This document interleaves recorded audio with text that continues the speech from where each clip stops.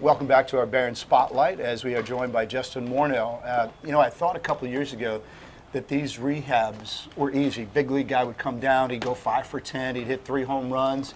Pitcher would come down, throw a no-hitter, and it's just like, this is easy stuff. But it's far from that, man. Tell me how difficult it is and how far it brings you back. Well, I think the thing you forget is how refined most of the guys are at the big league level. The misses are a couple inches off. Mm-hmm. There's not too many misses that are, a few feet away from the strike zone or whatever it is. So the comfort level in the batter's box sometimes, I think we saw the first at bat the other night, he got hit in the hand, and the misses are just a little further off than what they are. So it's a little more difficult to get locked in on the strike zone, I think. But and the pitchers will tell you when they come down here, because there's so much around the plate, that it seems like the guys are so aggressive. As soon as they throw a strike, it gets hit, and you see it a lot of times. Guys come down on a rehab assignment and give up 5 or 6 runs in 3 innings, and they're trying to figure out what happened, and it's just all part of it. It's part of learning, and it's part of the game. It's interesting. Some of your soon-to-be future teammates in Chicago, they've come down there and they're like, wow, I got to get out of there because the weather is hot, the travel is difficult, and the competition, because that pitcher wanted to beat you the other day. He doesn't want to get hit by hard by the American League MVP from a few years ago. Did you see him react a little bit differently when you got in the box versus the rest of your teammates? I don't know if I put that much into it. I think he wants to get everybody out because he's trying to get to the next level. But there's times I remember when I was a young player and in spring training or whatever, and Pedro Martinez would come over because we just shared with the Red Sox in the same city, and he'd throw on a backfield in the minor league game. One of the guys, hit a home run off him, and it was the talk in the whole minor league clubhouse is that he took Pedro deep, and I'm sure Pedro wouldn't remember it, the next day, but that kid, that's something he'd remember the rest of his life.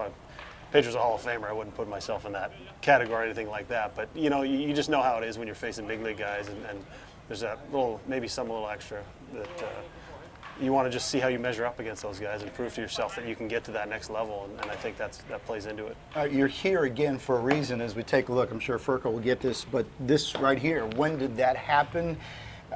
Was this over time, a progression, and where is it right now? It was an injury that happened in spring training of 15 and was there all year, played with it all year, and was hoping that rest was going to would feel better by the middle of the winter, and decided to have surgery on it in December, tore the tendon, and was not a whole lot of fun. Went through a long rehab, but back now, and feels good, feels better than it did at any point last year. So that's been nice. There wasn't a swing last year that I took really that wasn't painful or that felt good. So it's something that's come along, and I'll continue to gain confidence in it and test it every day and go through the exercises and the rehab to keep it strong, but shouldn't have any problems with it moving forward. It's seen the doctors, and they think the way they reinforced it and the way everything's done, it should be stronger than it was before. So hopefully that's the case, and don't have to worry about it the rest of the time that I play. Our guest here on the Barron Spotlight is Justin Morneau. All right, so your impressions of the city of Birmingham and the ballpark in general. I'm thinking it's a little different than New Britain and Rochester. Yeah, Birmingham. I've actually visited UAB a few years ago. I don't know if it was a whole nother millennium ago, but right. This is one of the visits I took for school when I was looking to play college baseball. So I'd been here before a long time ago. I don't remember much about it, but it's been hot. It's been nice. There's some great things about everywhere you go, but this ballpark's beautiful. I got to finish out on a rehab assignment last year in New Britain and got to go back and close down that ballpark. They got a new ballpark in Hartford, so it was really interesting to go back there and see that. It's not ever quite what you remember it. When you're moving up the ladder in the minor leagues, you don't really pay too much attention to how the ballpark is. Obviously, if it's bad, you really know that. But when it was there, we thought it was great. And coming out of the Florida State League, where we were drawing a couple hundred people a night to playing in those stadiums in AA where there's 6,000 or 7,000, and you're playing in front of big crowds. It's a lot of fun, and it's been a nice experience to come here and see this place. Hey, with all the rehabs, by the way, that you've had to have, understand, I caught rumor is that you are picking up the spread tonight. True or false? I think that's one of the unwritten rules of baseball. Right. When you go down to the minor leagues, we had. I don't think I'll tell the guys what we had in Charlotte. Yeah.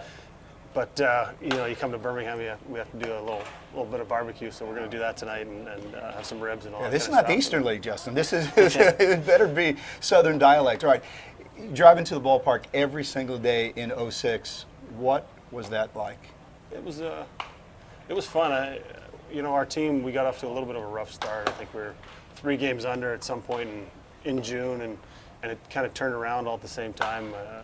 My focus became a little bit better, and my swing started to feel good, and the team started to play well, and you know, we felt like we couldn't lose, and that's exciting when you have that feeling, not only as a player but as a team, and every day you just can't wait for the game to start because you feel like you're going to win, and the year we had other years we went to the playoffs, had other good years, but that year was special. Just it was the first time that, you know, I'd really had success, extended success at the big league level, and kind of proved to myself that I could do it, and if I concentrated, if I focused the way it needed to be focused, and learned a lot of lessons that year, learned a lot of lessons the year before. I really struggled, but it was just one of those years that was special. You know, anytime we see any of those guys, we talk about it. We have great memories, and when you're on winning teams, it seems to be a really close group. You know, guys are looking out for each other. There's still guys playing from that team, and the guys that aren't will still talk to each other quite a bit. So it's one of those just special things that you can't explain. It's unfortunate we didn't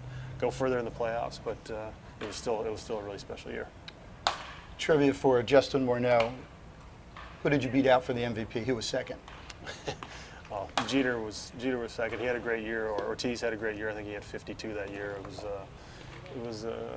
I think anyone could have been deserving. I think we had guys on our team. Maurer had a great year. I think he had 360 something that year. Michael Cuddyer, I feel like was overlooked. He didn't play the whole month of April basically, and still drove in 100 runs. I think so. It was. There's a lot of guys that had great years. I was just fortunate. That mine stood out to the people that voted for it. I know there's another league. They call it the National League. Who won the National League in 06? Well, Ryan Howard won. This guy's been reading your bios, huh? Well, we do a charity event, and I think it's pretty cool to have the two. So put my name on, and then get Ryan Howard to sign the other half of the ball, and then auction the ball off at the event. So try and have some unique things there. So it's one of those things that I think I should know, and I know for other reasons too. So. Justin Morneau has been our guest. I know you got a bunch of other things to do, but thanks for stopping by. Appreciate it. Well, thank you. All right, Justin Morneau, our guest here on the Barron Spotlight. You can catch this and all of our interviews all summer long. Just go to barrons.com.